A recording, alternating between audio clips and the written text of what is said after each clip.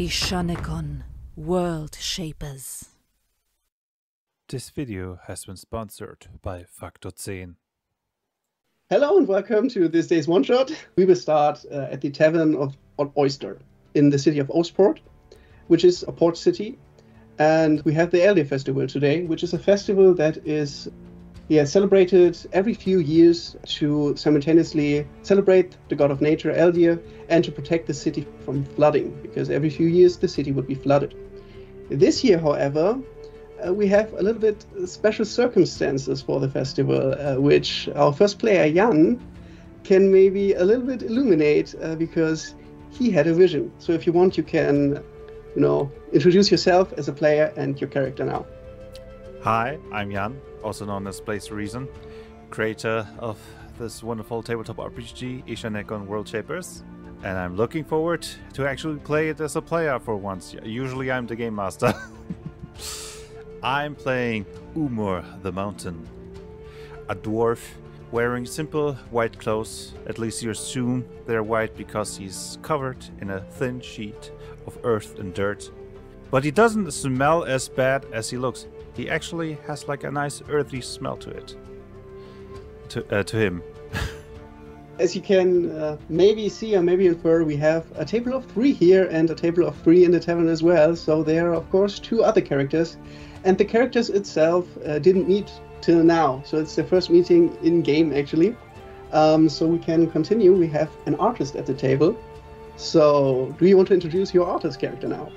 Yes. So Lily, she's a human. She seems quite a flowery person, both in personality and kind of decor as well. She's got a lovely kind of green cloak on. She's got a few flowers in her hair, and she's always got like brown coloured hair, freckles on her face, and she's always got a smile. And she just seems extremely happy to be here. And you are? And I am Kate.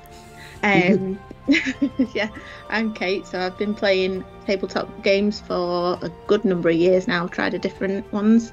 I'm from England, and I'll be honest, I don't know what else to say about myself. Really looking forward to it. Perfect. To complete the table of 3, we have actually someone who is not often seen near the ocean, despite actually having a strong connection to water. So the third player. Yes, indeed. So the third character is Glorba Mudfoot.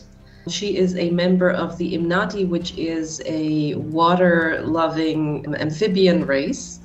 They are usually found near fresh water, though, like rivers and lakes and so on, and are severely allergic and very vulnerable to salt water, which makes it all the more interesting that she's here now in a city that is about to be flooded by salt water. She's enthusiastic. She loves experiencing new things and travels the world looking for new impressions. She has 90 siblings, some of which are still tadpoles. And so she's always trying to make sketches of the things she sees, and she's always writing down letters to send back home so that her siblings will partake in all the wonderful things that she's seeing on her adventures. And she is played by yours truly. I'm Andrea. I am the resident noob, having played only very, very few tabletop RPGs in my day. And I happen to be the creator's sister, which makes me tremendously proud. Thank you again for making this amazing game for us. Happy that you're here, sis. Perfect. All so, right. I think I'm the last one. I should introduce myself as well before we start. My name is Micah, and I will be the DM, GM, however you want to call it, for that day. Which will be funny because I'm not English, so I will have a little bit of a German accent, as you might already recognize or witnessed. And I'm not related to the creator of the system, nor have I ever DM'd the system before, so this is going to be a fun ride, and I hope it entertains you well. With that words, I can, hand it over to our resident dwarf, because he has actually a reason to summon you at that table, and he wants to tell you something. The dwarf had just called you over to the table. He starts saying, "Thank you for coming over." He takes a little sip of his ale. He looks like he hasn't drank ale for a long time. I know this may sound a bit weird, but the reason I'm asking you to listen to me is that I saw you both in a vision in exactly this tavern. I'm a bit of a hermit, and a vision of my goddess Elmir has sent me to the city. I've seen it flooded in this year. I saw it from atop the mountains, and I saw you in this tavern. Of course, I immediately followed the vision. But what was odd is that the vision was significantly blurrier than usual. Usually when my goddess speaks to me, it's far more clear. Could you maybe help me find out what's up with that? I'm still kind of munching on some cheese, which is absolutely delicious. Anyway, cool. That sounds really cool. I've never been in a vision before. That's so exciting. When does your goddess usually do that exactly? Usually when she wants to guide me. I got her first vision back when I was a simple mazer. She drove me up to the mountains where she taught me to become one with it. I meditated there for many years, and she has occasionally sent me visions to help folk out in the world. Ooh, that's exciting. So how do we figure this out? I don't know. Like, what's the reason that brought you guys here? Like what's the reason that? And she points over towards Glorba, and she says, "What's the reason you were brought here? I'm just here for, I'm just here to meet an artist. I'm no one special." Oh, but you are really special if you appreciate art. That's super, super cool. Why am I here? I'm here because excitement!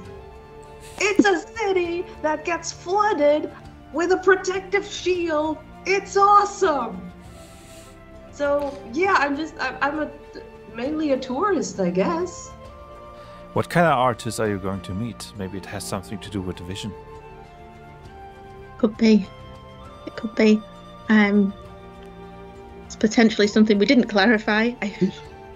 If you want, I can butt in and a little bit clarify more about the artist's background. The artist is called Carfini, and he was originally a cartographer and got his art skills in cartography while sailing all around the world. And after he made a little bit money with that, he decided to ditch that profession and just become a full-fledged artist.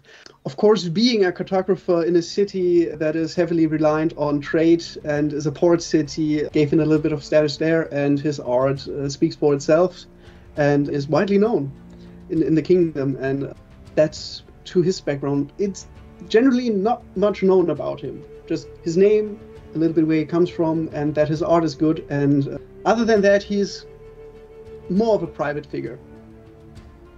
So she'll kind of say, like, you should see some of the pieces that he's done. It's like, they're amazing. Like, they just speak to you through the pictures, and it's just amazing. I wish I was that good. I'm okay. I'm all right. I won't sing my praises too much. And she kind of flicks at her, because it'd be like, stop. And she's like, but there's always room for improvement. Do his pictures actually speak to you, or are they just so good? Because I've also seen a guy who made pictures that actually speak to you. Oh, no, they just like emotionally speak. No, I mean, that would be amazing. Like, if he could do that one, I would love to learn that. That is so much cooler, because that way you don't have to eat funny mushrooms before you look at the speaking pictures. That's so cool. True. Anyway, so Mr. Hermit Guy, you seen any artists in your vision? Well, I guess her. And she points towards Lily. He points towards Lily. One thing I learned about what serving my goddess is to just follow my instinct, follow The little breadcrumbs that she leaves. So, where do you wish to meet that artist, Lily? Glorba sort of wipes away some breadcrumbs that were actually on the table and just mutters, "Sorry." The meeting would be at his private domicile within the city. So I'll give some details about where that is and just say, like, yeah, his house. I don't know if he's got like, can you imagine if he's got his own private studio in there? Like, I might get to see a sneak peek of something he hasn't released yet. And she like gets all really giddy and starts like jumping in a seat type thing. Yeah, I can't wait. I can't wait. I hope you don't mind if we accompany you. Oh, no. Feel free. Like, I mean, the more people that I have witnessed to say I've actually met him, the more people will believe me.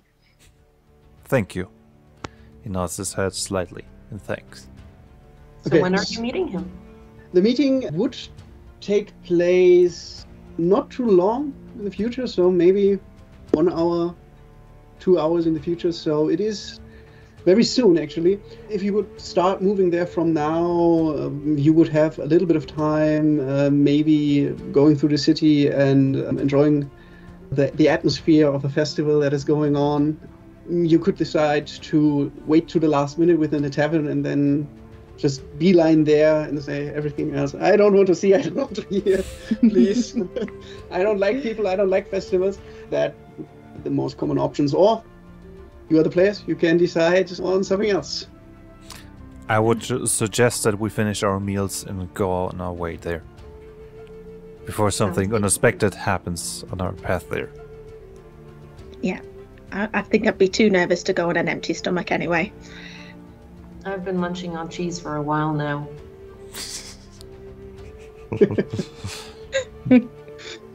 Okay, you finish your meals and start heading out, and probably you are going to take a few looks here and there in the city, I presume? Yeah, she's like wide-eyed, walking along the streets, just taking it all in. Like if there's like decorations or if there's any flowers, she'll stop by and she'll have a look at them and she'll try and ingrain them into her memory, and she's just like amazed with it all. Umar, while he's walking, is just looking to see if there's anything suspicious, anything that triggers his intuition, just trying to feel if there's maybe like a corrupt force or anything. That is good. Great. Actually, that will be the first roll of the one-shot then. I got the D10. You got the D10, not the D20 as in D&D. A very important distinction, which I will hopefully not fumble. But yes, if you want, feel free. I would guess it is an intuition check that you are doing right now. Alright. I got a 5 plus intuition 4 9. That is a good one. What you witness while you are strolling through the city, especially with a 9, is that the whole city has corrupt elements to it. Though the city seems pretty and rich, which it is, you can see that there's probably, because of that money, crime, shady businesses, power deals going on, especially since the city has a very special status within the kingdom itself. So there is a lot of power play going on and a lot of criminal activities that are not that apparent to most people, probably. What I meant was like corrupt energy, evil magic, something in that direction. Yeah, what you can feel with that is that this force, what feels to you like a force of criminal energy that is going on here, that seems to be an actual problem right now. Because while you are going through, and that is something Lily is especially kind of hearing while picking flowers here and there, you hear that today is actually a very special day or a very special festival because the king is coming to town and is visiting today, and it is more so special because he, for the first time, a lot of people can remember, actually does not bring his own army with him. Because of the evil nature you kind of feel and kind of witness, you know that the guards are kind of fishy too. the city guards that protect the city.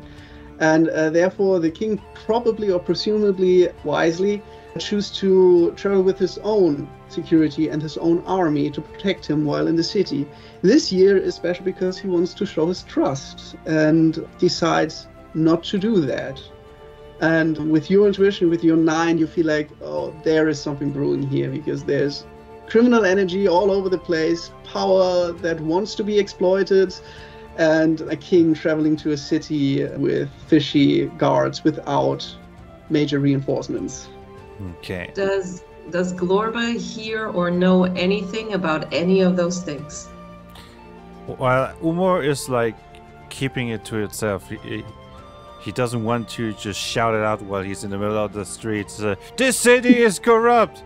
Do not trust the guards. Lily, I'm talking the way about to make these yourself- guards right over there. Yeah, but Lily has been hearing about the king, so I wonder if I hear or see anything interesting at all. Or if I know about the king. You can make an intuition check as well if you want. I will. I think that, like, if knowledge about if the king comes or not would be more of a history check. It is not. I do the intuition check to see if she feels something off about that, or if Okay, everything is fine. I rolled a 10. Ooh. Natural? 10? Yeah. I don't have any intuition skills at all, so yes. Against all odds, normally you as a character would probably don't pick up on something like that, on the subtleties of power dynamics in the city. It's something you're not really interested in. But on this special occasion, even you, while strolling through the city, are like, I don't know, something doesn't feel quite right. It's gonna Okay. be really bad if she notices it, even she notices. It must have been some special cheese, that. I think they wanted By the way, mushrooms. I forgot to mention this earlier, but while Glorba walks, because she is amphibian, her feet make a constant pat pat pat pat pat pat pat pat, pat sound on the ground. Very nice. Yes, so you definitely pick up. I don't know if Lily really picks it up, but Lily definitely knows that the king is coming to town and that there's a lot of stuff going on in the city right now, which is the city itself is very busy and buzzing, especially it is a festival. A lot of tourists. The market booms with business, and you guys are more or less strolling through. Do you want to stop at any vendors? Because you actually need to go through the market, so you would have to ignore them, or you can shop if you want to. I'm Or at good. least see what they have in stock. Is I'm there just taking it all in, running from place to place, going, oh, that's pretty, oh, that's nice, look at the decorations from time to time. But I don't want to buy it. is anybody selling apples? Chances are very high that apples are being sold on that day at that market, yes. Then Umar just buys one apple as a snack on the way. Very well. Presume that's going to be 2 credits. Yes, should be. There are no special prices on that. So it's not more expensive than usual because it is not that much of a tourist trap here. Sorry, I'm Although- presuming gold, not credits. Credits is a neutral term, but since this is a fantasy setting, I'm presuming we're calling it gold. No, credits are correct actually. Okay, credits. Credits will do fine. This is not the droids you search for. No, credits is actually the name of the currency. I kind of wanted to go in sync there with the ruleset or with the with the character sheet, which is actually the name of the currency here. Which can be renamed to fit any setting. But yes. Definitely. So yeah, Uma just buys the apple, starts munching it while going towards the mansion, right? We're going to a mansion. Yeah, this is Yes. private domicile. It is sort of mansion-like. It is Big house. not the literal definition of a mansion, but no, it is a house that from the first glance appears a little bit more fancy than others in the surrounding, but does not particularly stand out of the crowd. So it is a mansion. It is big. It looks expensive. but not more special than anything else in this neighborhood. Great. So, after you left the marketplace and you find aforementioned mansion, you are greeted in a sort of small entrance room by two guards, actually, who kind of start looking at you like, interesting, look at a list that is lying on the table there and sort of like going through if there's any meeting, seeing that there is a meeting scheduled for now, and looking kind of at you and are like, we thought it was just going to be one here for the meeting. And like while they've been checking, she's been like frantically fixing her hair, putting all everything right in place and making sure she just looks just she goes, oh no, I hope it's not a problem. I've just met some new friends and they really want to come with me, and I like they're also such big fans. And she kind of looks at them as if to go, yes, and I'd be ever so grateful. And she like does I heard a lot of great Lincoln, things yeah. about the art of the owner of this big house. Because, oh my god, I love art. I love art so much. I would be so excited to meet him. The guards kind of look at you like, oh, okay. You can do a persuasion check if you want to. Oh, I will try. Who has the highest persuasion stat, though? Oh, I think she's putting maybe a little bit too much into it, so that's a 1 on the dice. Oh no! Plus 4, so it means 5, but it is a 1 on the dice. She's yeah, unless you have 5 on the skill check, that's a critical failure. Yeah, so she's clearly way overdoing it. She's too enthusiastic and probably looks like a crazy woman. Can I butt in? Like, is there any way that I can avoid what's about to fail if I do a check? Probably not right now, because the moment you start to interject in that conversation and in that persuasion attempt, you can kind of start to see that the guards reaching for their weapons are like, we are definitely going to have that check. Please don't move. This seems too fishy. And one guard just... use me? Umar just puts your hand on... I don't know if you can reach up to your shoulder, but at least the side of your arm, just calm down, friend. I'm sure he didn't meant it that way. Okay. And her smile comes back. The one guard that is closest to the door just kind of knocks, opens it, and goes in for a second. And you hear a little bit talking in there. You hear kind of loud, what? And which was definitely, distinctively not the voice of the guard, but of another person.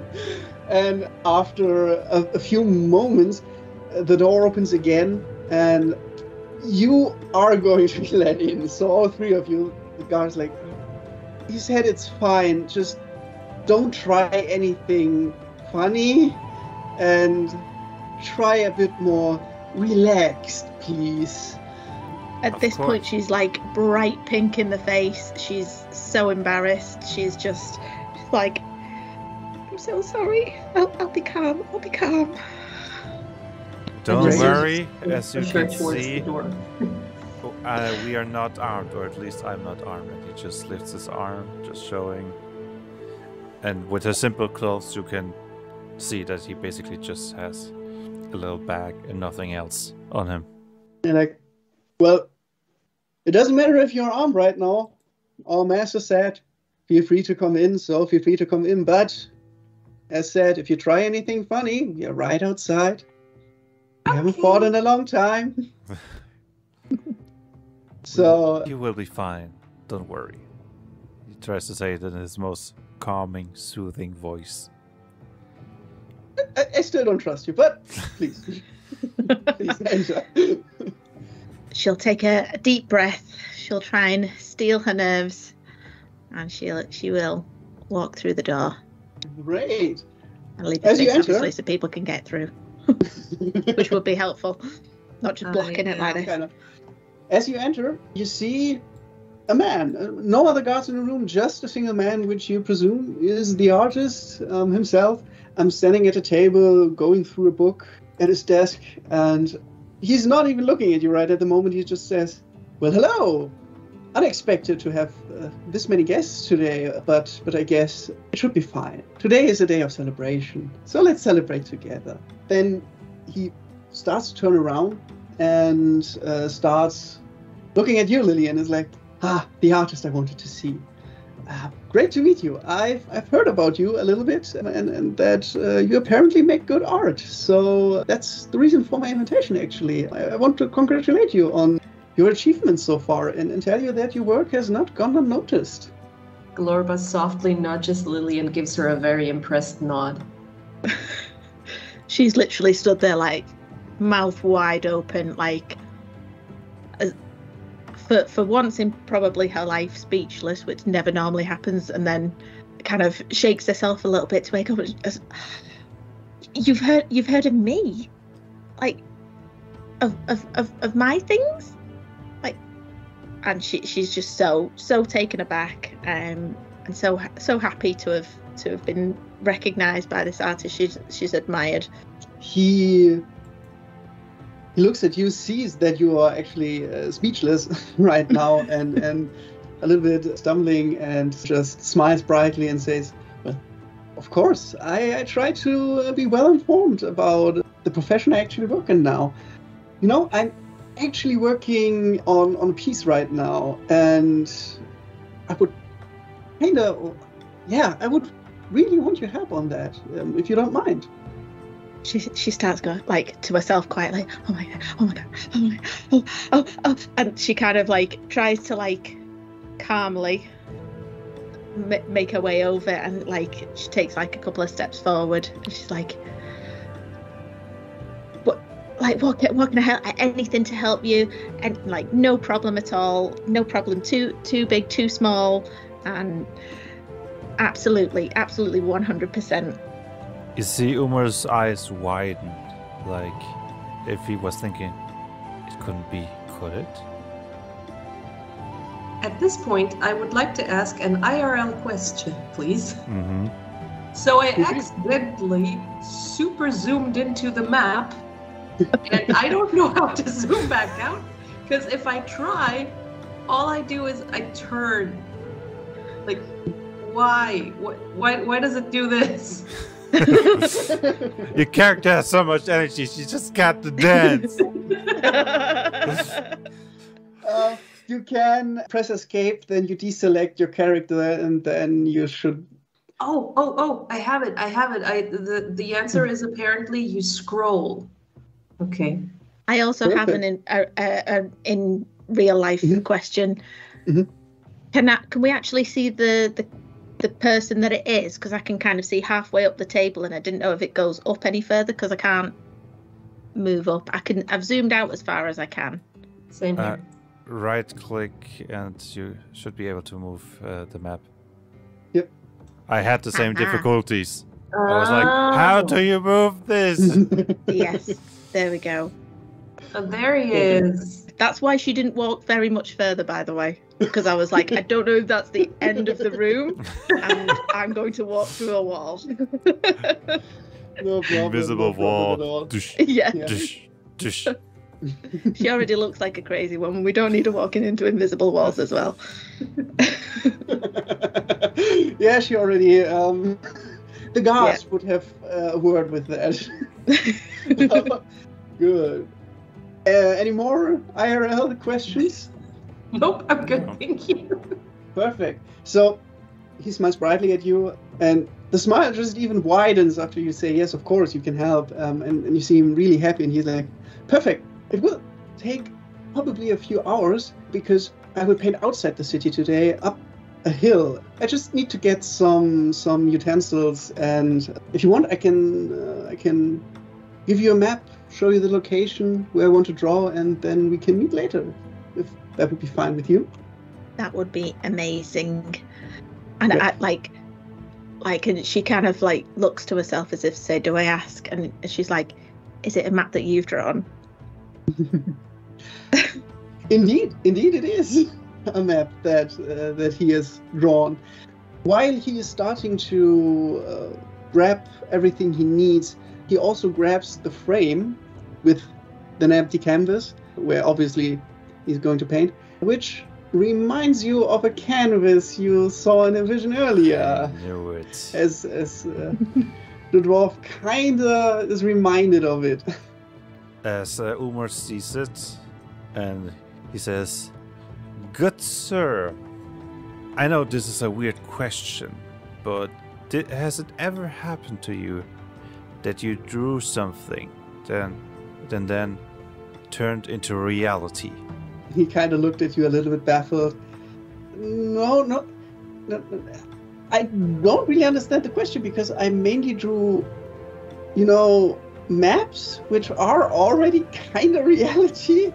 And the other pictures, no, they never turned into reality.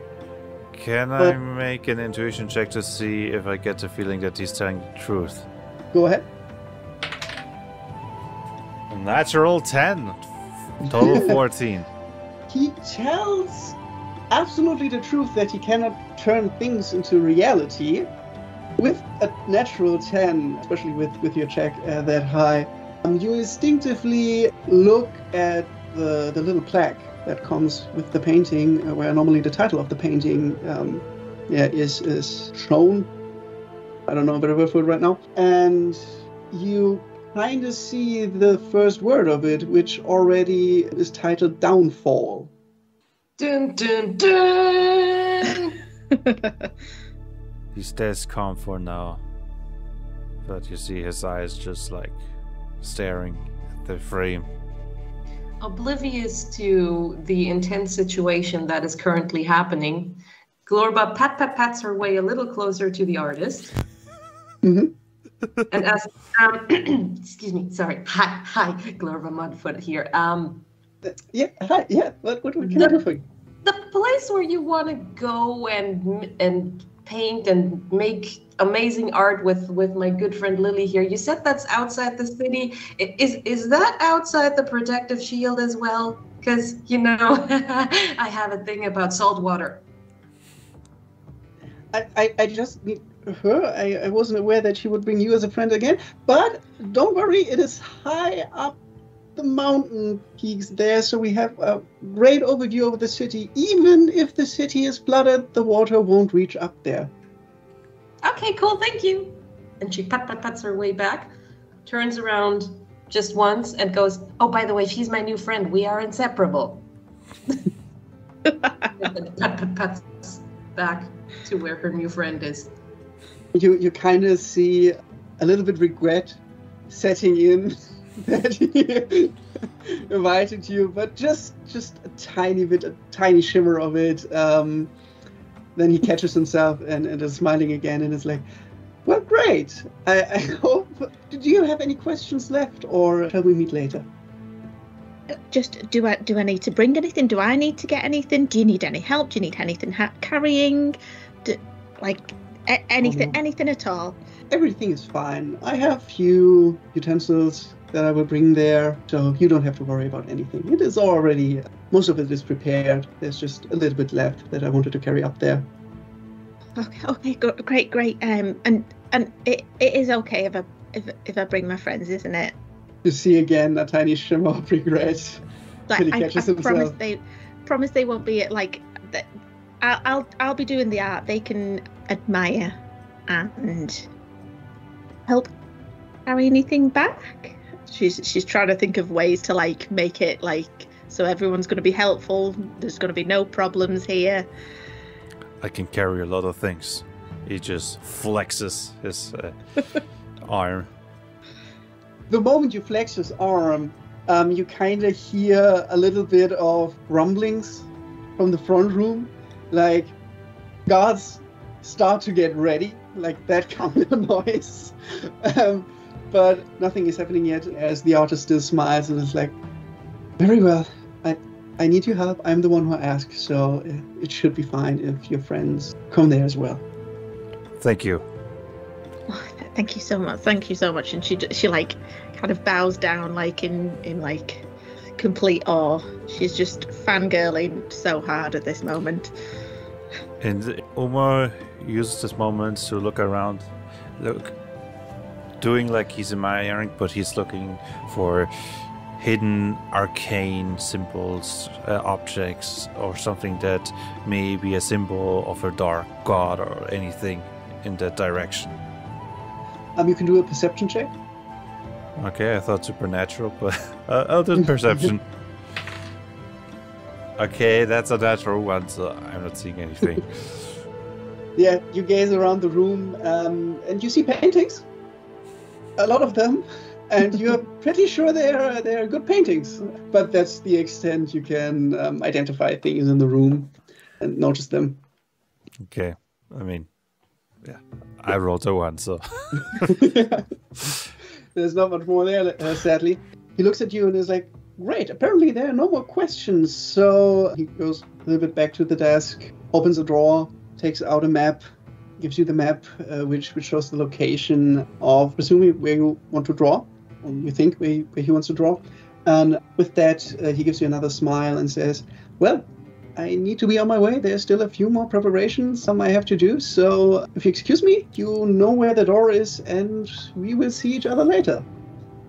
She's clutching onto this map like it's made of gold, like gold paper, or just it's priceless to it. And she's kind of like, oh, thank you so much, and she starts like backing towards the door like he's some kind of royalty, and she can't turn her back on him. And we'll make her way out the door, and she'll kind of thank the guards as well and say, oh, thank you so much for letting us in. I really appreciate it. No problem. I'm the one to thank, and you are going to help me tremendously. It's great. So thank you for your help, and even though it's on such short notice. And have a nice festival. Till then. Till later. Thank you, Mr. Garfini, and just pats her way out.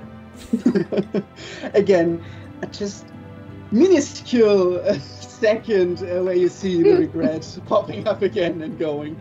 As you leave, do you want to go back to the tavern, back to the city center, to a private room, or where would you head it out next? I would like the streets are full, right? So there's no room to just take him to the side, or at least whisper something to them. You would need to whisper very loud. The streets are very buzzing. It's the tourist day of the year, so there's kind of a lot of going on. Then Umar says, we need to talk privately. I suggest we go back to the tavern, into a room. Glorba's already very, very big amphibian eyes grow even wider. Okay. Great. You make your way back towards the tavern. Luckily, two of you already stayed at the tavern overnight, so you kind of have private rooms already at your will, where you can go to and have a little conversation. Yeah, so nobody should hear you if you're not being followed, which you're probably not. This video has been sponsored by Factor 10. If you play tabletop RPGs, there's a good chance that you're a nerd, just like myself. And if you're a nerd, there's a good chance that you're a software developer, just like myself. Factor 10 is the company I work at, and they are always looking for new software developers. Their company culture is amazing, they're always in the top 5 best companies to work at in Germany of a medium-sized category. I love the people there. They sponsored me and my tabletop RPG. How awesome is that? Also, they have a lot of home office solutions, so you can basically always work from home if you're that kind of guy. I'm more of an office guy, to be honest. But yeah, you can contact them in the link below if you're interested. And who knows, maybe we're going to be colleagues in the future. See you there. You are at a private room in the Odd Oyster, and you're now free to talk to each other. That frame that he had, it's the same frame that I saw in the vision, with the picture of the city flooded. Are you sure we can trust this guy, Lily? I mean, he's very well known. Like, I've never heard, or I would assume she's never heard of him doing anything untoward. Well, he's had a high reputation. Like, I'm pretty sure he's completely, you know, he's good. He's good. He seems a good person.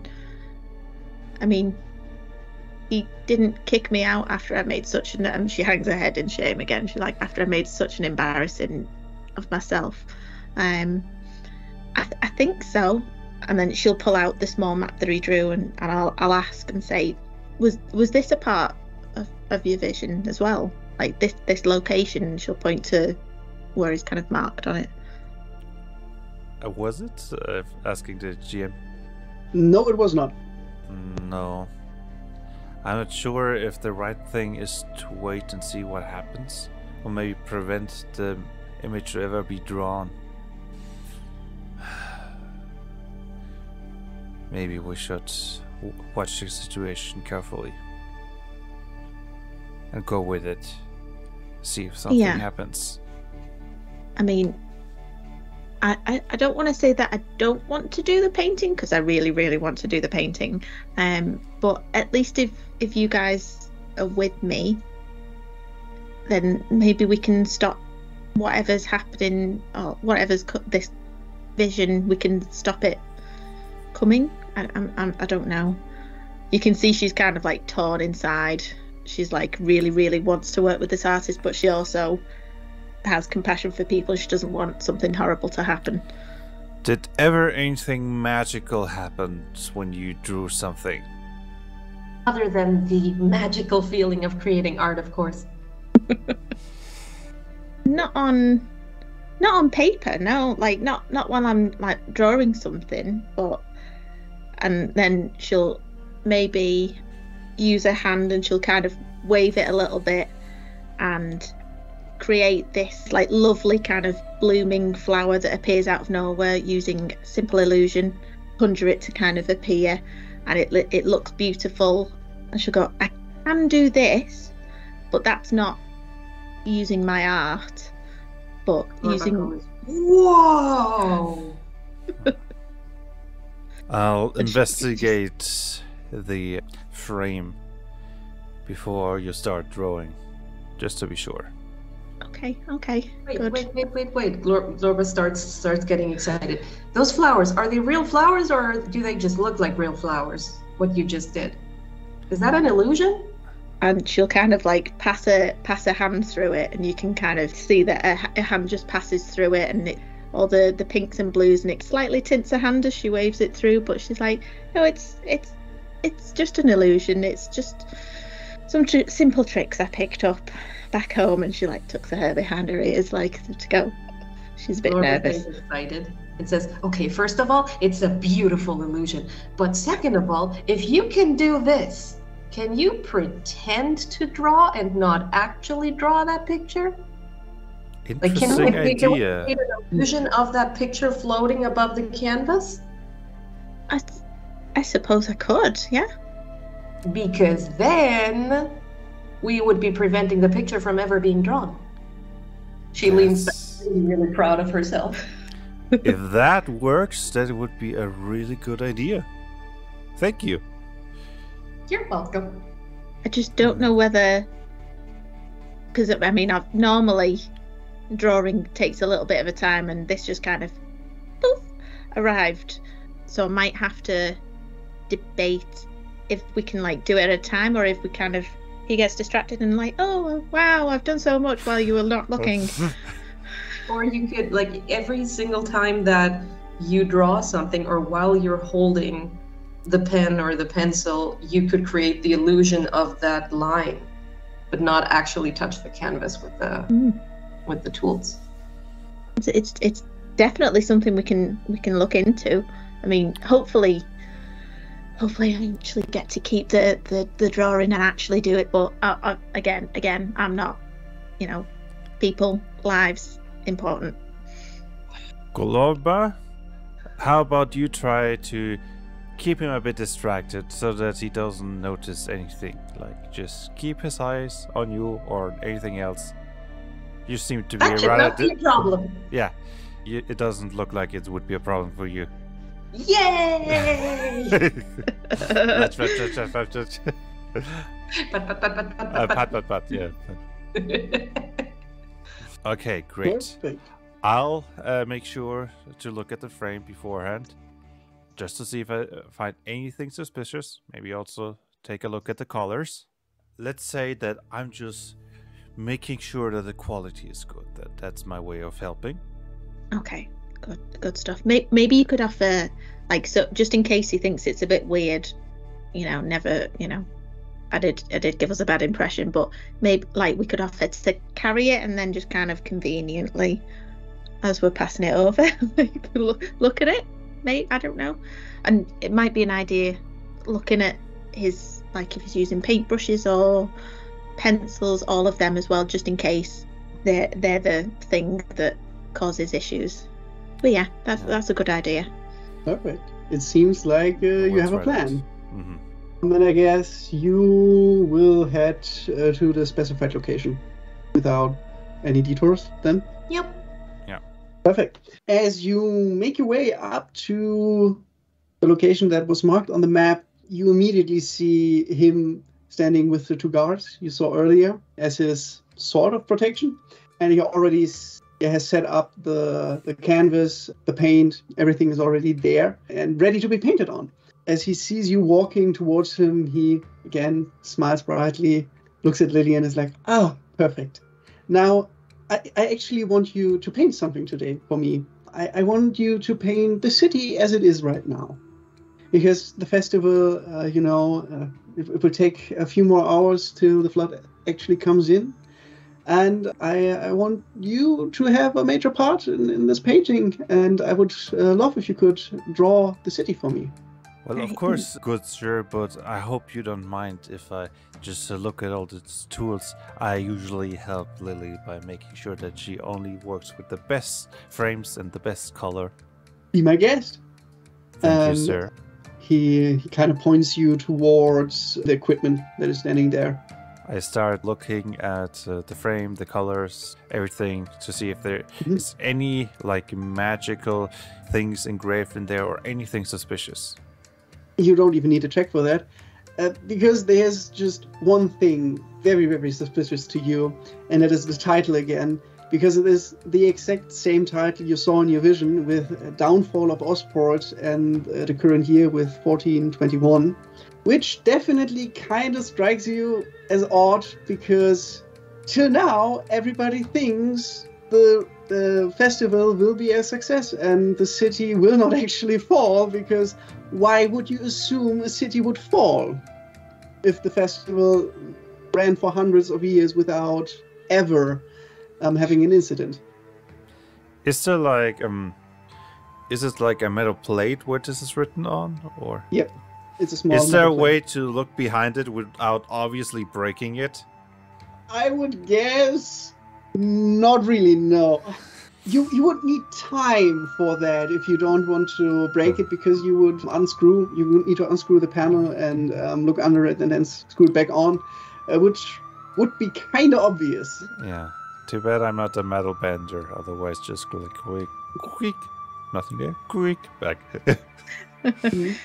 But the paint and frame itself and the equipment itself, just standing right in front of you, seems to be ordinary painting equipment. There's nothing extraordinary about that. It truly seems to be of fine quality. Thank you, sir. Of course, I only use the best. Just wanted to make sure that you live up to your reputation. That's flattering, I guess. Kind of. Well, if you would excuse me, I guess I don't need to look over the shoulder of such a talented young artist. I would come back in a few hours and would just look at the finished product, if you don't mind. Yeah, she just kind of wait and says, "Oh, just before you go, like, do you mind if I ask what the overall vision is?"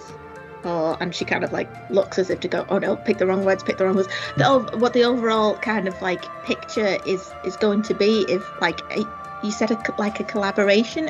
Are you adding something on top? Like I just want to make sure I capture it exactly how you want it capturing."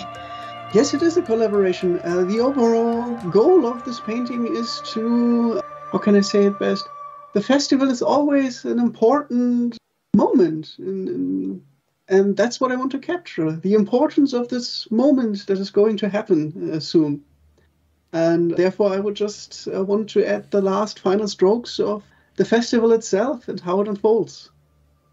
She will want to be watching because obviously she's heard all this information and she's trying not to fangirl, but she's also thinking, I also need to watch out. So can she see if she feels anything with her, if she gets a funny feeling, or if he seems that he just wants to capture a moment, or any ulterior motives he's got. You can give me an intuition check. So, that is a 9 on the dice for a 10. Nice. Okay, then I need definitely a history check from you. Okay. Oh, I'm good at history as well. Yes, it's a 10 for a 13. Nice. Okay. Intuition-wise, you kind of pick up on the specific wording of it. Because although he is right, it is a festival, and a festival is always an important moment for a city and for history, I guess. This year, though the king visits, and though he visits unprotected, seems not extraordinary in any way, shape, or form. So it doesn't seem to be any different from outside. So if he really wanted to capture a moment for the history, he would surely be within the city to capture how the king arrives without an army for the first time in a long time. So the specific wording to say there is an important moment going down and he wants to capture how it unfolds and how everything will pan out, instead of saying, I just want to picture the city, how it is protected, is pretty odd. The moment you're thinking about it, you also think about the collaboration aspect of it. And with that, you actually go through your mind and try to remember all the different paintings you see from him. And now that you think about it, you do kind of realize that every painting is unique, not just style-wise, but also probably technique-wise. So at that moment, the way he phrases it and the kind of task he gave you to paint nearly everything and just leave him with the finishing touches, with that ulterior motive in your mind that actually something could go down with the city, plus coupled with the fact that you actually realize probably a lot of pictures of him or paintings of him were collaborations where he just put the finishing touches on him, leaves a kind of bad taste in your mouth. Like, okay, that doesn't seem so right. Yeah, so she'll try and keep obviously, because I'm assuming this happens in her head so fast, and she'll be like, oh, thank you, I really do appreciate it. And so how long did you say you'll be coming back for? Until, sorry, just a few hours. Okay, just a quick trip, and then I'll be back. I just want to make sure I don't rush anything and it's all perfect. Thank you. And then she'll start kind of like busying herself by looking through what paints he's got and the different brushes and that. Meanwhile, Glorba looks slightly disappointed that he will be leaving and she will not have to distract him. Well, as he leaves, you see that the two guards are definitely staying. They do not budge. How strong do the guards look like? Are they like elite guards, or are they just like hired goons? They look like ordinary guards to you. However, you should expect not an easy fight because they are well equipped. Because the city is rich, so the guards have good equipment. But other than that, the guards don't seem to be any special, just normal city guards hired to do a job. Also a question, like the surrounding, is it rock or earth or a combination of both? You are currently standing at a cliff, watching over the city, and it is kinda rocky. Okay, rock. Then he just leans towards Gloverba and just, I guess you have a new distraction target. I'm scouring through my character sheet right now, trying to figure out if I have anything that'll help me distract two fully armed and trained guards. That is scary. I am squishy. Okay, so determined to try and avoid a fight, even though she can certainly hold her own, Glorba moves in such a way that if the guards were to look at her, they would be actively looking away from Lily doing the painting. And she starts asking, so how long have you guys been with Mr. Carfini here? The guards look at each other, look at you, and don't say a word. Well, as long as they're looking at me, I guess. You're not much of a talker, are you? She's frantically trying to think of ideas. You know, I don't know if you guys knew that. Have you ever seen someone who looks like me? They still do not say a word. So anyway, you know, my people are called the Imnati. I'm sure that you've never heard of us before, but I actually have 90 siblings, and some of them are still tadpoles, but most of them are actually over it. And she just goes on a rant talking about her 90 siblings and starts naming every single one and what their hobbies are and what's special about them and which of her postcards and letters they liked or didn't like. During that time, you can sense that the guards are distracted. They don't say a word, but they are distracted, and you can swear that you can see a little bit of life leaving their bodies while they're listening.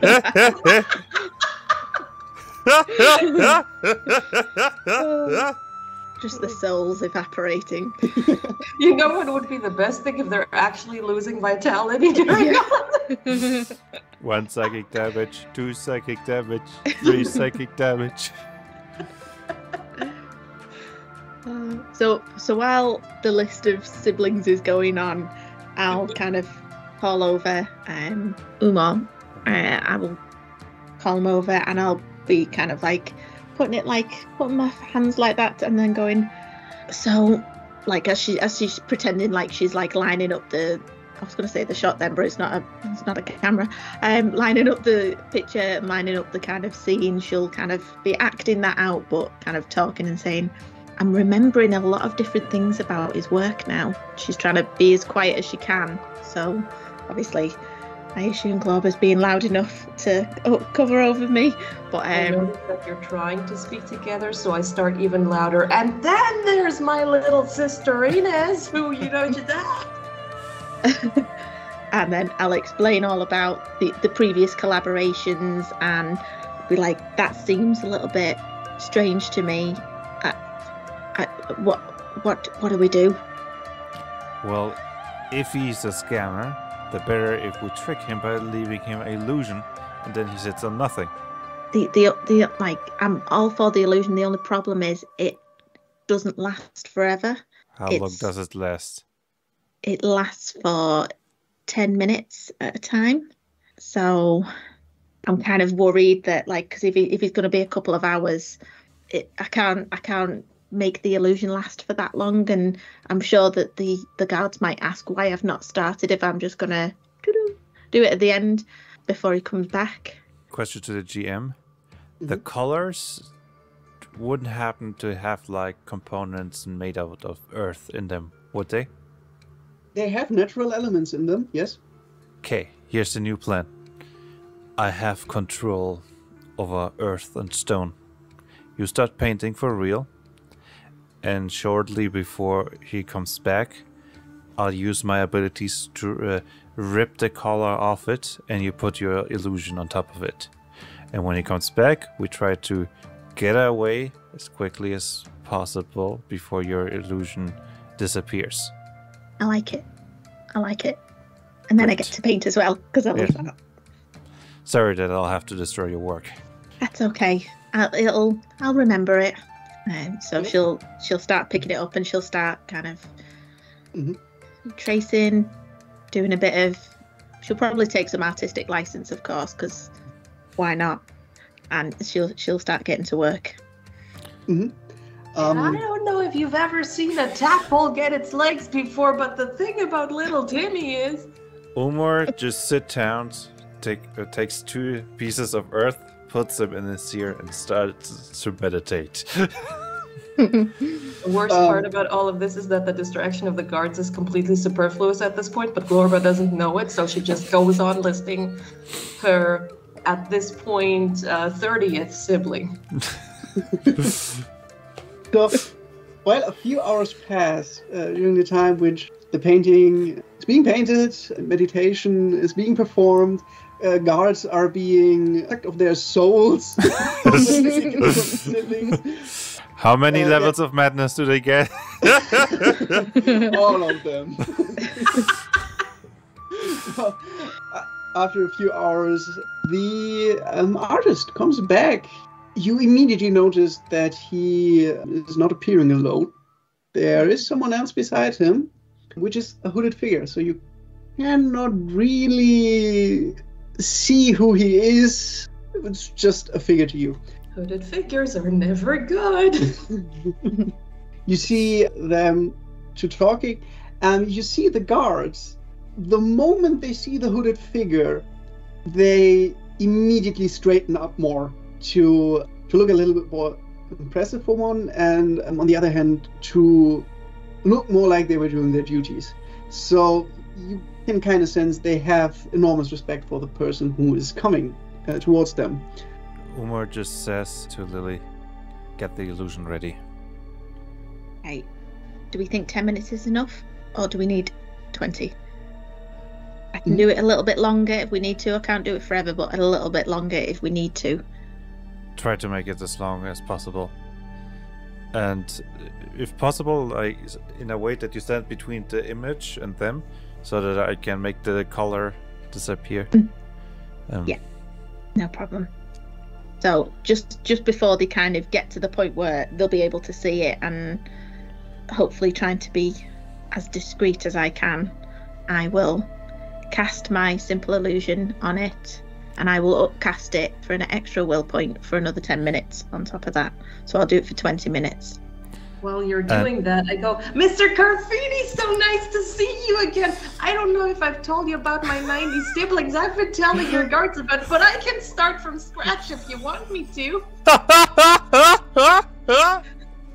The moment you start that, Carfini looks at you, looks at his guards, and you see the 2 guards standing there. In the meantime, I use manipulate earth to grab the earth parts of the color to rip it out and make it like disappear beneath the ground. Mm-hmm. That works. The distraction is good enough. They are so focused on not hearing a single word about a sibling anymore that they completely miss what is happening to the painting. After that, Carfini is kind of looking at you 3, looking at Lily again, and is like, a shame. You would have been a very talented artist. And with that, he turns around, and the moment he turns around, you just see the hooded figure looking at you. You cannot see his eyes. That's why I'm struggling to describe it very well. But you sense that he's looking at you, and you see a little head movement, though you cannot see his face, and you have kind of the feeling that you are that he's kind of trying to figure you out a little bit. Who are those people I'm dealing with now? After he's done that, you can feel magic starting, especially our dwarf, because you are close to the nature god. So you know what godly magic feels like. It's celestial magic, however you want to call it, because it feels distinctly different to everything you do or a mage might do in your surrounding. And you feel that there is something right now happening around you that you probably have no control over, and it's very powerful and is not coming from a simple human. While you're realizing that, you blank out for just a split second. You're really just like you would blink. You don't even really recognize it, and you're at a completely new location.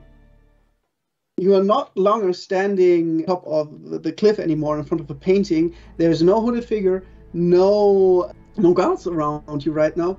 You are suddenly right next to the ocean in a kind of ruined city. You kind of thrown up by it a little bit because right now you feel like you were being teleported without your knowledge, your consent, or anything else. You're just at a new place now. You, the dwarf, or you, all of us? You, all of you. So all of you three are now at a new place. What Umor feels is that it was actually the work of the god of nature. You feel like it was not the hooded figure who teleported you here. It was like, let's get them out of there and let's help them a little bit. I think Eldir just saved us. I think that man was very dangerous. Good thing that they don't have a painting, whatever they're using it for. But I go, well, he might have saved you, and I just run away a little bit from the ocean water and stand at a safe distance. While you're trying to run away from the ocean water and standing at a safe distance, there is actually a wave, a kind of bigger wave, who splashes on the shore, and you are being splashed with ocean water, but you don't feel a thing. I go, guys, something's not right. Something's weird. You see this? And I show them where I got splashed by the wave of ocean water. You see it? yes. I should be breaking out in the worst rashes now. And this should be extraordinarily painful. I don't feel anything. What is going on? Like, is it numb or? No, it's like nothing. It's like it never even touched me. Like I feel normal. Help! This is weird. The world is. Are we in an illusion? Where are we? Eldir, please guide us. Now you can make a supernatural check. That's a 9 plus. I have training in supernatural check. Just got a +2, so 11 total. You are rolling really well. If you ignore the natural one. Yeah, and one from me as well. Which is actually perfect because you know that no help is coming. Because what you feel is that the teleportation to this place may have been important, that you actually come to this place, but your connection is kind of severed. There is a distinct feeling of a lack of feeling on the other side. There's nothing answering you, it's just gone. Do we see any other people? Anything? Or even like an animal? A butterfly? Grass. I don't know if you can see the map. You can see that you're standing in the ruins. Oh, I hope the map works. Yes, I see. Oh, I did. I thought those were just building, but they're broken. Yep, there are broken houses. One house is swallowed half by the ocean, and there's something that kind of resembles an old temple right in front of you, also a room. I guess you can kind of see that there are some tents placed in there, so there was somebody who slept there, and the fire is still burning, so it probably was recently, but you are not seeing anyone out in the open here, so there are evidence that people were here, but there isn't someone you can see right now. I start hyperventilating a little and go, are we dead? I don't feel the connection to my goddess anymore. Oh Something my is God, really we're wrong. dead! We are dead! Please calm down. Just. He puts both of his hands around your face. Look at me. Whatever this is, my goddess sent us here. There's a reason. We'll make it out of it. Okay. Breathe. In and out. Oh, that's better. Good. He takes his heads back. Still scary though. I have to agree. I think we'll solve anything by just standing here. I think looking at the temple would be a good first step, unless one of you has a better idea. No, it sounds like a good idea. And do we need to? Did you say this house on the left was partially in the water? Yes. Yeah. Do we need to look if anyone else is here? I don't know if people are going to be stuck in that house, or I don't know if we can hear anyone, or... You can currently hear no one. Okay. You can take a look in the rooms beforehand, before you go. I'll take... If I can have a look in... There we go. Just have a look in to see if there's kind of any sign that people have been in this one, or if there's anyone stuck, that kind of thing. Just kind of dipping my head in. You dip your hand in and you see that both rooms to your left and right, they are empty and devoid of life for probably a long time now. There is nothing in there. I just switch you out. So. Thank you. You know how my feet always make this pat pat pat sound? Yeah, they don't have to do that. I'm actually pretty good at being stealthy, so if you want, I can sort of go ahead and see if just scout out the ruins a little bit. How do you feel about that? I'm not sure if we have the time for that. Oh, we're running out of time now. Okay, we're gonna die! And I start crying a few tears, which are decidedly not salty. We'll be fine.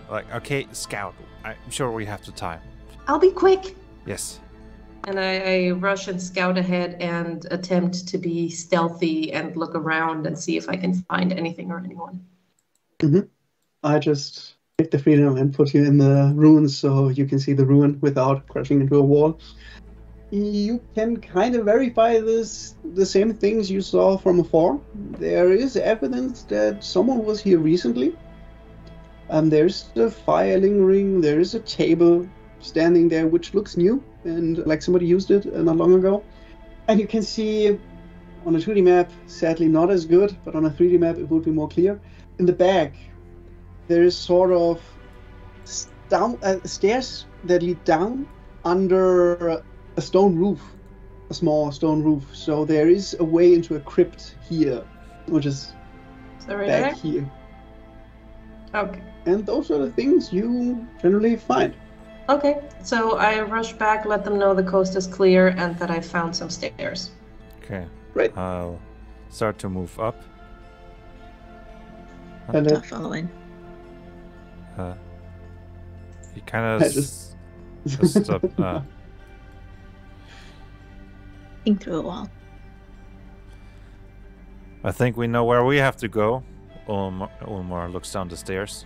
Are you with me, friends? Yes. Yes. Okay. All right. Let's do this. The stairs is very narrow, so only one of you at a time can go downstairs. In I'll which go order first. do you want to go? You go I'll first. go first. Yeah, I was gonna say I vote the dwarf go first. Who is second? I can go second. Okay. perfect. Okay. The moment you come down, you see multiple things at once. The first and most glaring thing is another hooded figure. You're not sure if it's the same. And two guards standing at a sort of entrance to a tunnel.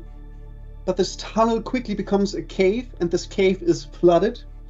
And you can kind of see distant in the flooded cave something that seems to be glowing like an orb. And you see all three of them very, very concentrated on that orb. Are those the same guards? Or... Those are not the same guards as you encountered before, or you essentially traumatized for life some relatives. But the hooded figure, you just don't know. He looks the same, but then again, it was a hooded figure, so the most distinct feature about him was the hood, which could easily be replicated. Have they seen us yet? They have not seen you yet. They are very concentrated on that orb. Is there any way, anything that we can see or perceive that tells us whether these guys are part of the overall, we can't feel anything and nothing touches us, or if they're an actual threat and they can physically interact with us? You can make a perception check. Okay. It's a 5. A 5 is good enough. They can absolutely interact with you. That is not good. Umar just looks around and whispers, "First strike or intimidation?" And he lists like 1, 2. I start signaling that we should go back and run. Umar is like,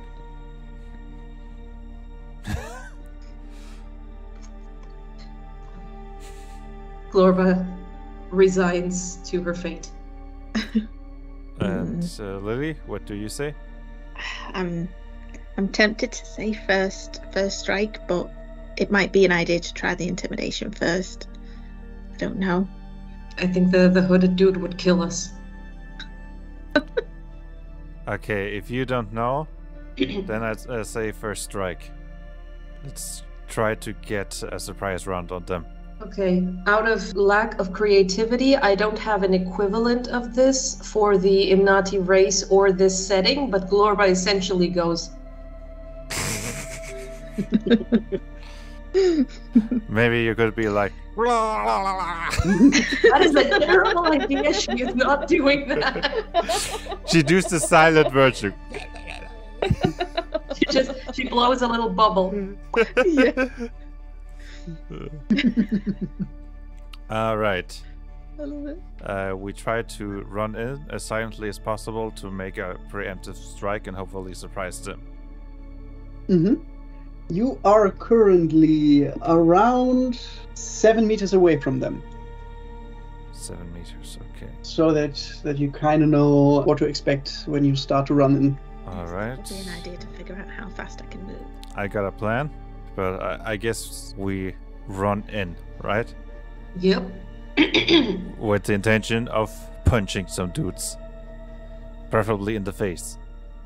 Well, I'm gonna grab my staff, so I don't punch, but yeah, essentially that. Mm-hmm. Yeah. Punch with things, and she kind of pulls out a rapier and pokes them too. Who gets to act first? In this instance, it's you, Omar. You have the highest initiative. Alright, then I move in. Yes, I could actually move in. If I use my first action for a move action. Mm-hmm. I'm close enough. I'm not going this path, I'm going directly, but I'm not sure if you can just... Oh, you can. 1, 2, 3, 4, 5, 6. As he runs silently, and you see how a stone materializes around his fist, and he just starts to punch, or tries to punch the guard from behind. I guess attack with advantage, since if he doesn't see me. Yep, you're right. 20. The first one is an 18. Crit 20. Nice. So Oh boy. that's D10. 8. Right? Nice. 8 plus 3 makes 11, since it's a crit. Plus 6. That's 17 damage. Oh boy.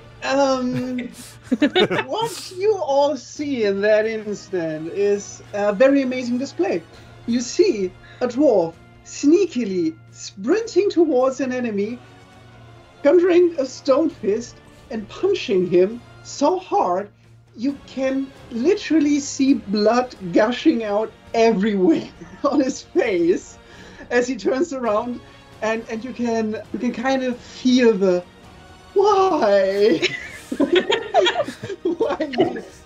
is in tremendous amount of pain. He still lives, but yeah, that hit was not very pleasant. How much damage do I deal? You said 14, right? 17. Well, 17. Yeah, then it's 14. 14. Alright. Yep. Makes sense that they're heavily armored. Yeah. Yeah. he still looks halfway decent in shape, but yeah, blood is dripping everywhere, and he's in tremendous amount of pain. I should have made the seismic attack to try to hit all of them at once. That was oh, but it's too late for that. So that was the first check. We still have Globra left, and then Lily as first Globra. First me. Okay. Mhm. So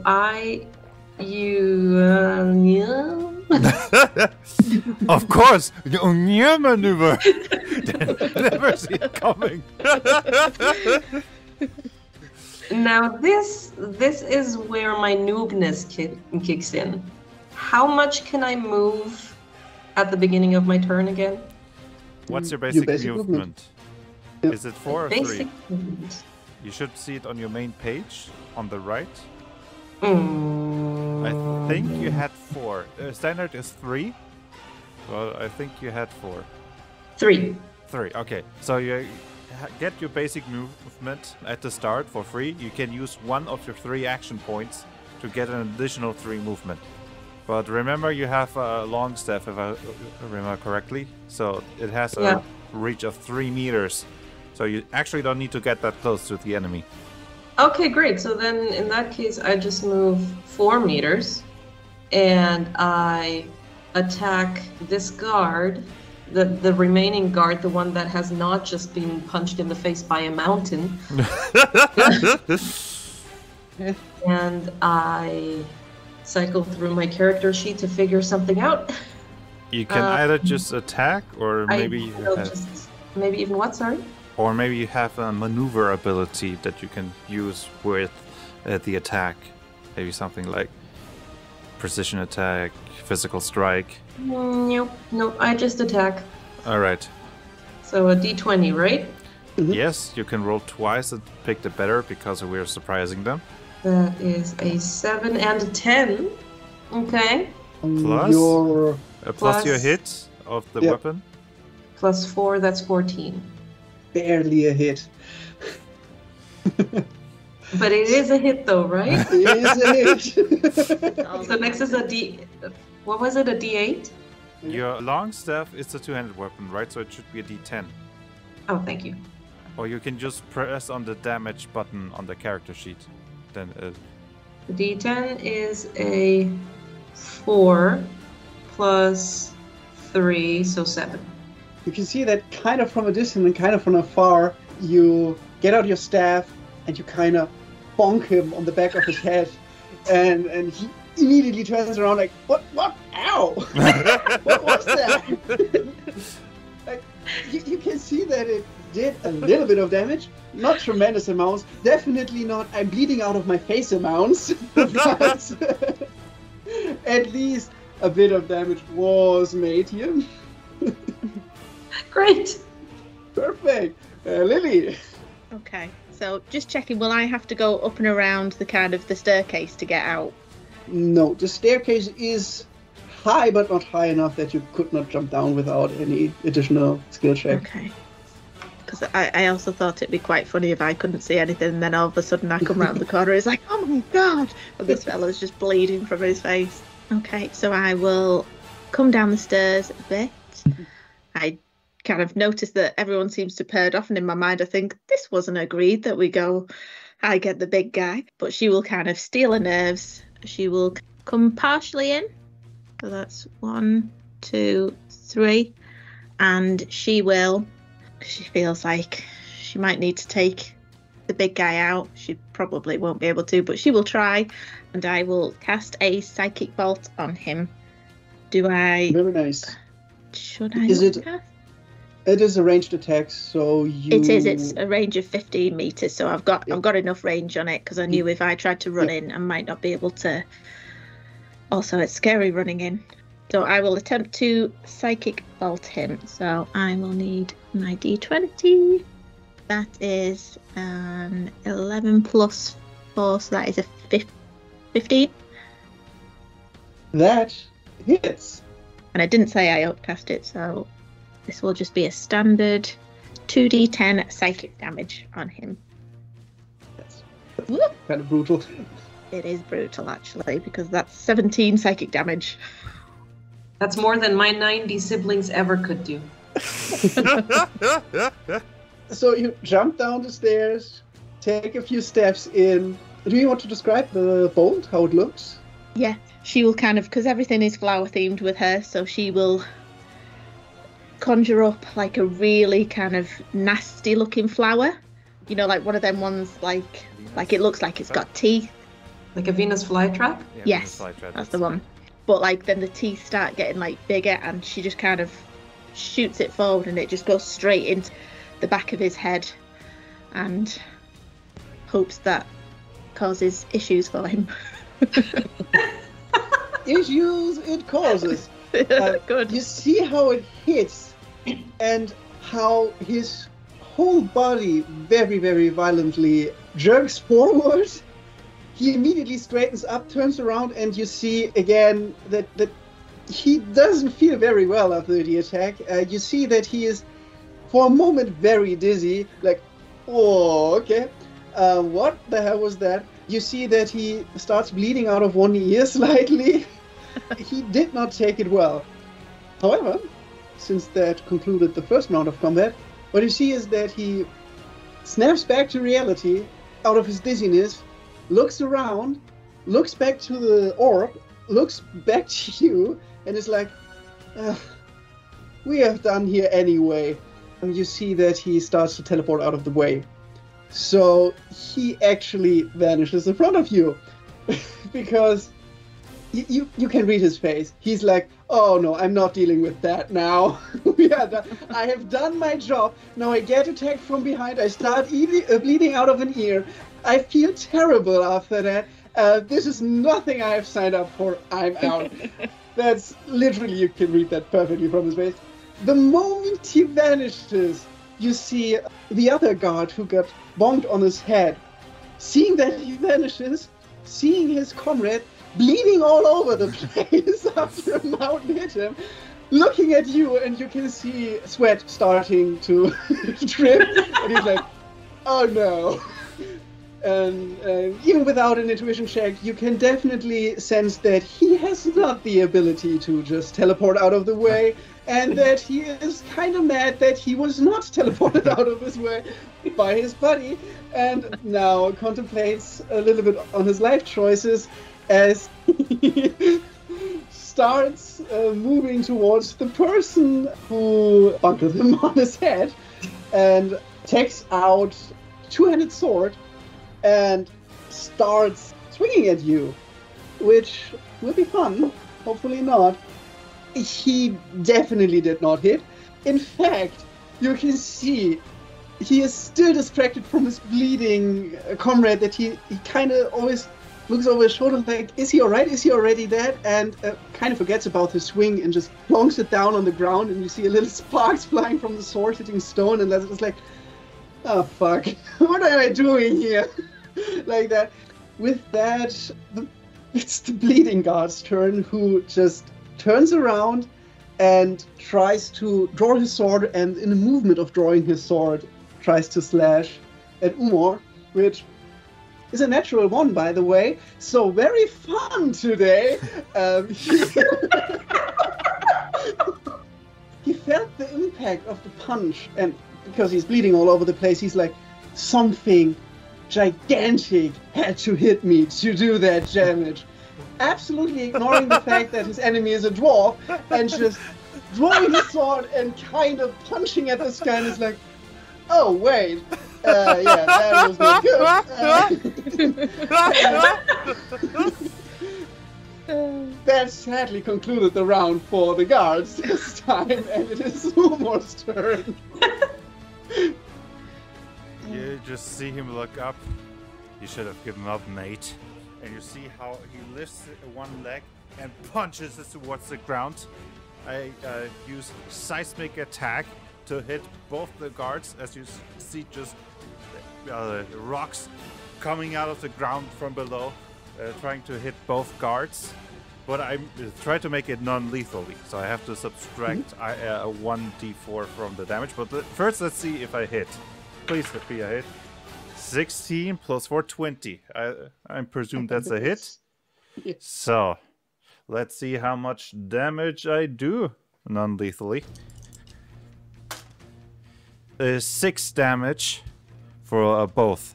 Okay, you can see the stones coming out of the ground, kind of hitting them, but they kind of just stumble a bit and can regain form. So you see it did disturb them. It did a little bit of damage to them, but they are still fit to go. Even though the one who got punched is not looking too well right now. Oh, if I had done it early, I would have critted all 3. But whatever. Great. And with that, we have Globro. I mumble to myself, well, buddy, at least we're both having an off day. But then I grab my staff tighter and I look him straight in the face in a way that I hope he can see. Oh yeah, this chick can be a badass. I attack him with my long staff.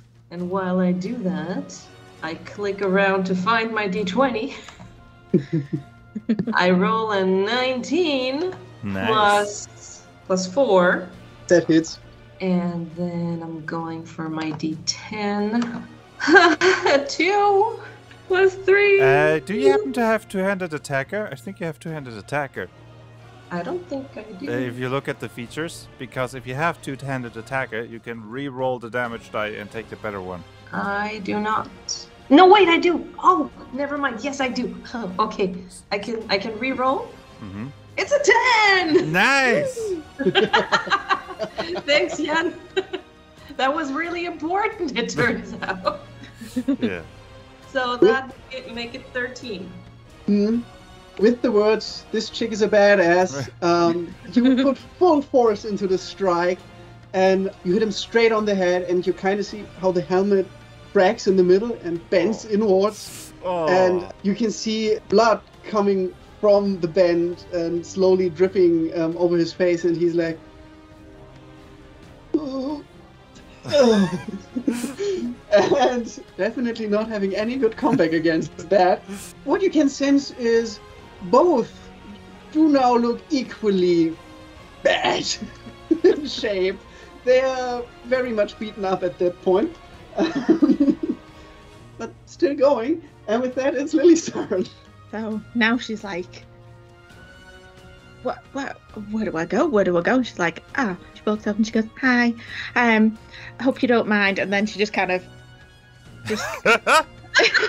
ever so delicately, just kind of in the side of the fella. She's just gonna use her rapier and she's going to attempt to politely stab him in the side. That's very British. Yeah, very British of me. That is potentially a miss, depending on. So it's a 12. That is a miss. Yeah. So she misjudges, I assume. Skinnier than I thought. You just hear, you gotta stab them with conviction, lady. The guard is noticing the attempt of him stabbing. I presume you tried, to stab the guard that is currently bleeding because of a dent in his helmet. Yeah. He still notices it, and you can see how he tried to figure out who he should now attack. The one who cracked his helmet, or the one who tried to politely stab him to death.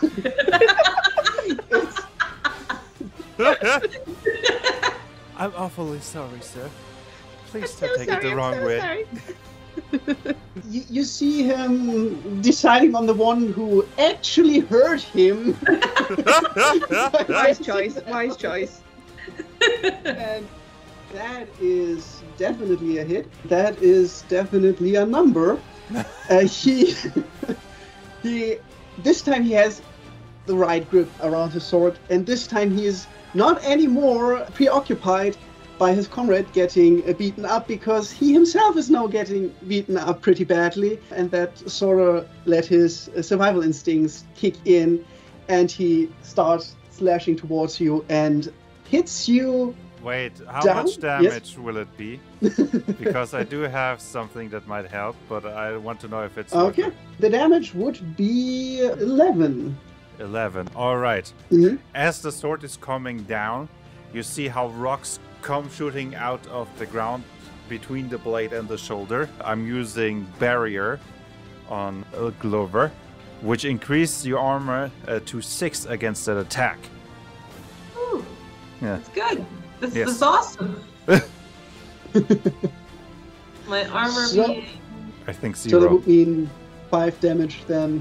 You is can see taken. your armor in the main page. Should be on the Oh. right. Oh, that is... Okay, yeah. Yes, it is 0. Yes, but now it's 6 against that attack. Yeah. So instead of 11, you only get 5 damage. As he tries to strike a little bit below the neck area, you can kind of feel the reinforcement of stones really fortifying your skin. You have natural armor, which is 0. So actually, it doesn't fortify anything. Actually, it is more like stones that come up to kind of block the attack. Mm-hmm. You feel that you are being hit and there's some damage done, form of probably a little cut there, but most of the attack is redirected by the stones and just makes tiny little imprints on the sword of your attacker, but does not damage you. I yell, thanks, Zumor! No problem. Great. The other guard, still visibly mad that he got punched by a mountain, more or less, now knows that he has to strike a little bit lower and definitely hits you this time. How much damage? For 11 damage it would be. You just see as Umar doesn't even dodge. He just lifts his arm, which reinforces with stone. He casts barrier on himself, plus 6. With his natural 4 is 10. And he just says, the mountain doesn't dodge the wind. Ooh. Nice. You see the sword coming down with an armor of 10. Yeah, you take 1 damage, so you probably see tiny pieces of rock splintering away, but very unimpressed. But yeah. Remember, I still got temporary vitality from my morning meditation, so it Yes. doesn't even So- get my real life force. Yes, you see the sword more or less bouncing off with that minimal damage, and he's like, "Oh, come on!" And you can see him visibly getting more and more angry about rock powers that absolutely ruined his day. And with that, it is even your turn. You should have given up, buddy. And he just prepares another attack right in the stomach. I tried to make it non-lethally, since, I mean, how much does he have left? Come on. Please be a hit. That's 9 plus 4, 13 plus 2 from one-handed precision, 15. I think that's a hit, right? Yep, 15 is a hit. Yes. Non-lethal attack. That's 7, 10, 9 damage. Congratulations! You are now able to describe how you managed to knock him unconscious. Because he will be definitely unconscious after that. I punch him just with so much force into the stomach, or I guess a bit below that he just loses all his essence. Oh! And it just because of the shock, he just kind of faints. Okay. As you see one just painting towards the ground, very bloody and very messy, it is Globra's turn. So I am still going to focus on the guy in front of me for obvious reasons. I'm checking to see what I'm gonna. Yeah, I'm just gonna hit him. I'm just gonna do a kung fu move, which looks tremendously elegant, as I have trained in this technique for many, many years. Not since I was a tadpole, because they have no arms, but. And I do my very best to send this guy to oblivion. I roll a 14 plus 4, that's 18. I'm supposing that's a hit. And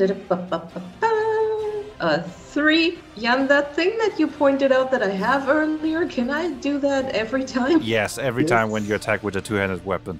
Good, thank you. Okay, that's a 9. Plus 3, that's 12. You are now able to describe how you sent a poor guard into oblivion.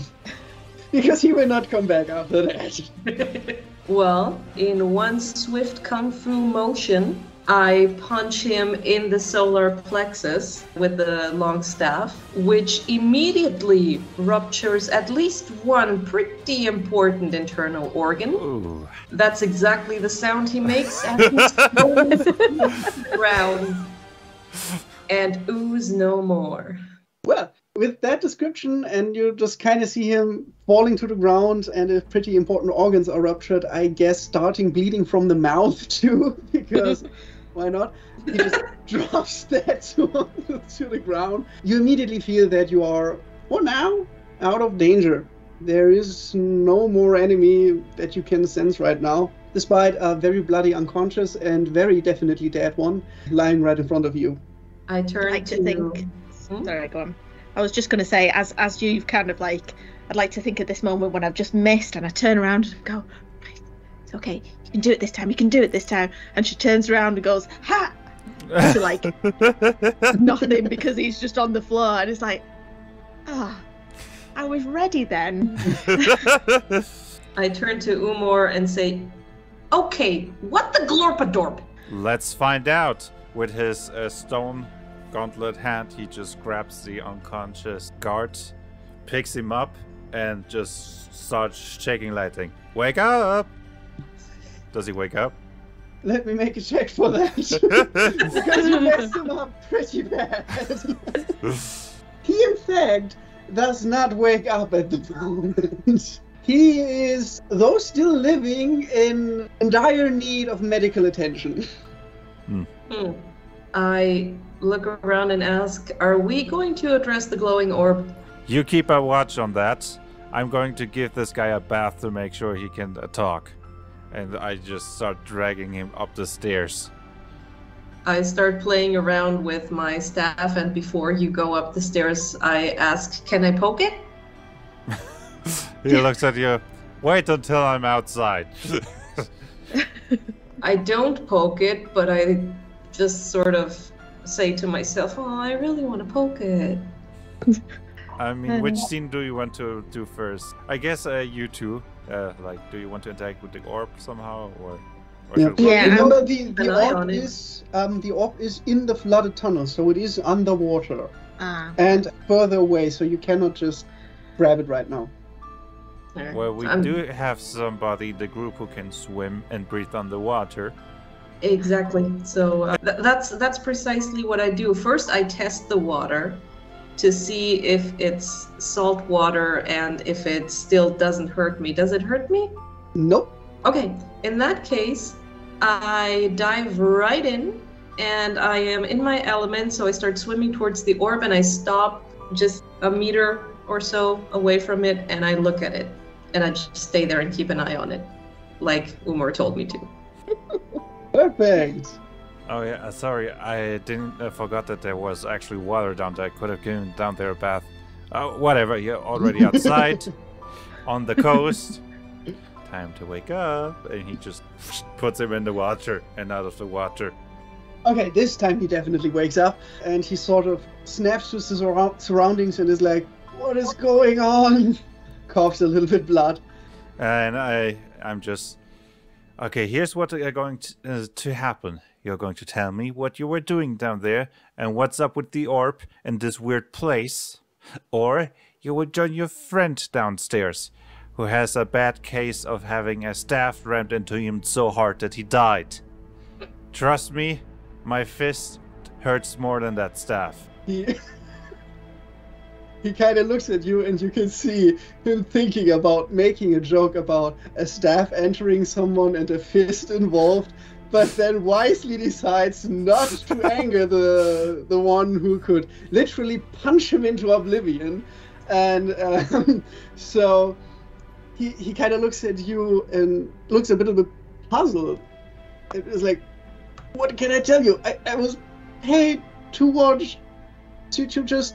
Yeah, not really watch. I was just paid to guard the man who just teleported out and left me to die. So, He leans to his ear.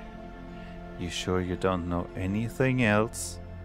he coughs again and is like, I know that I'm about to die, if you mean that. Other than that, no. He just lets him go. I better don't see you. And if you try to backstab us or tell anybody that we're here, I'm going to find you and I'm going to pay you a visit. Got it? Don't make me regret that I'm letting you live.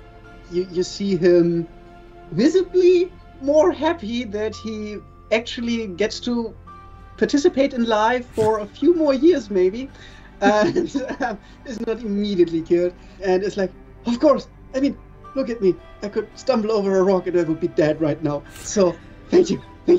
I'm not going to backstab you.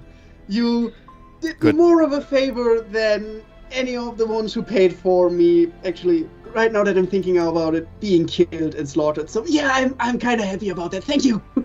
And with that, he starts to stumble away and tries to get away as fast as possible. Yeah, he just screams, "Good boy!" And he goes downstairs again. Great! Anything happened with the orb while I was gone? I guess you two just watched over it, right? I'm nervously pacing up and down while I've been left alone in this room, and I'm just like, there's obviously one dead body there that I'm staying away from slightly, and then I'm thinking, in the water, I hope she's okay, and wonder about them outside, and she's just kind of just walking up and down kind of the entrance to the watery tunnel, waiting for someone to come back.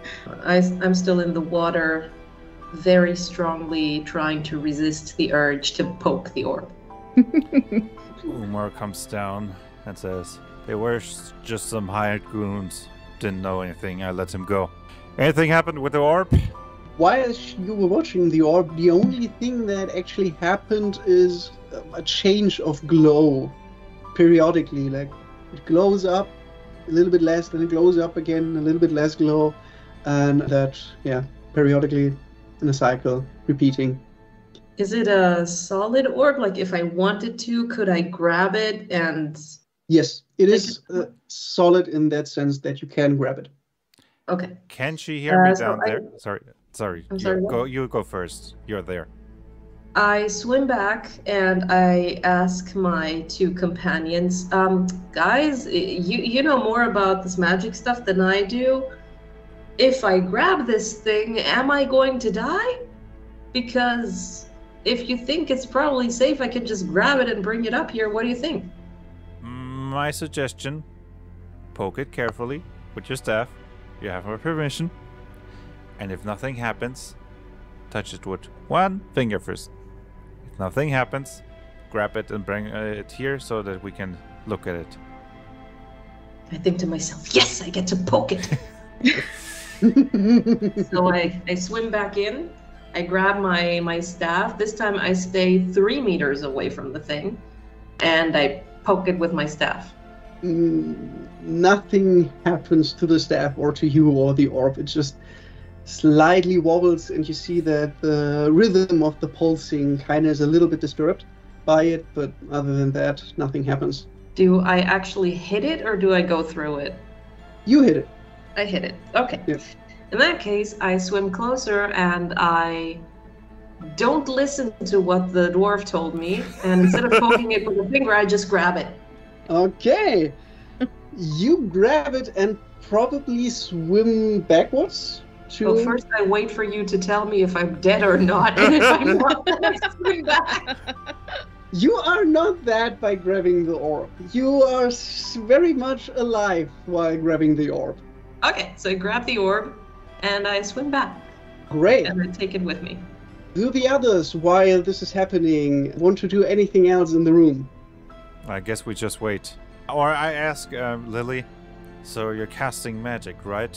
Do you have general knowledge about magical artifacts, items, and such? A little bit, yeah. I know a bit of things that I've kind of picked up. Maybe you can help me take a look at it? Yeah, definitely, yeah. Thank you. And I'll just, while we're waiting for it to come back, or while I've done my pacing, if possible, I'll just I've been having a quick look around the room to make sure there's no other glowing orbs, for example. Just hidden in a corner. You look around the room, perfect, because not painfully obvious so that you immediately see it, but obvious enough that if you look through the room specifically, you actually find a few letters that are just lying around in one of the presumably places where one of the guards sat or even the hooded figure sat. Those letters are a correspondence between people who did not write their names under the letter. So you can infer so much that it's probably a little bit of a secret what they want to communicate about, so that they not painfully obviously write their names in there. It is actually a correspondence arguing about how they should attack the king who's in the city. So there are detailed plans in there, or arguments about plans in there, how the king should be attacked. Can you make me a, I would guess, perception? Is there a better one? Analysis, maybe? I don't know what you're trying to do. But... Yeah, I'm thinking about perception or analysis. Then probably analysis. Yeah, analysis. Analysis should be more accurate for that. Aye. Not too bad. 7 plus a 1, so 8. 8 is enough to quickly find it, because you kind of know what you're looking for. You have a glowing orb and you have correspondence here regarding an attack on the king, and it's like, maybe they will have written something about an orb. Maybe, hopefully. And in fact, they did wrote something about the orb, and that is the part that immediately strikes fear into you, because they specifically state that they want to try to remove the orb from its position. Oh no. And yeah, that actually what they tried to do is to get the orb out of there, because they had no way to interact with it before that, and they had nobody who could really swim there, and that the attack on the orb and the attack on the city is actually just a side plot, if you want to call it that. Their main goal was to eliminate the king, and one of the followers, or one of the ones who had the plan, were like, I know about the orb. I know that you could maybe disrupt the ritual. Can I try it while the king is there? And they were like, do it, try it. But if it doesn't work, then we still have our more traditional plans of killing him while he's in the city. But yeah, we have no problems if the city gets destroyed with it.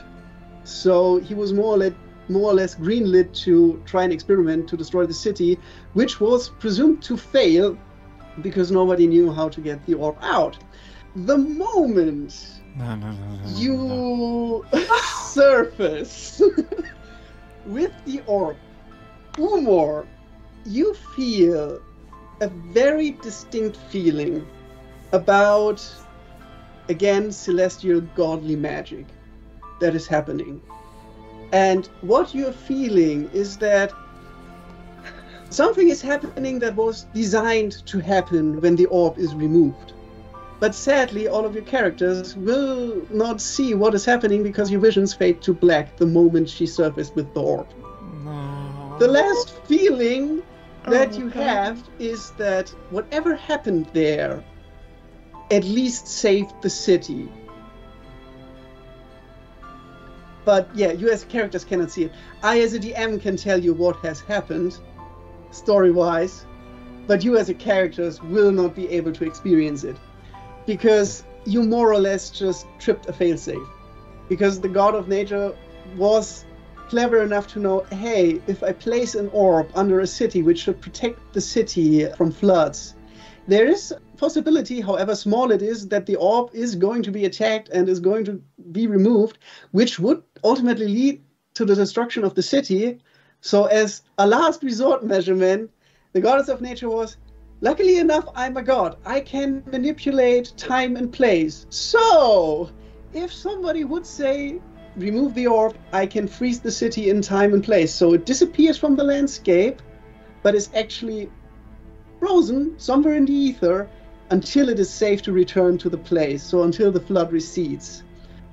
However, of course, you don't feel it and you don't see it because the moment you remove the orb, the moment the failsafe is tripped, you are frozen in time and place. So your vision goes black. You don't know what is happening because you cannot anymore. Therefore, the city is saved. It cannot be flooded, but it is technically not existing right now anymore.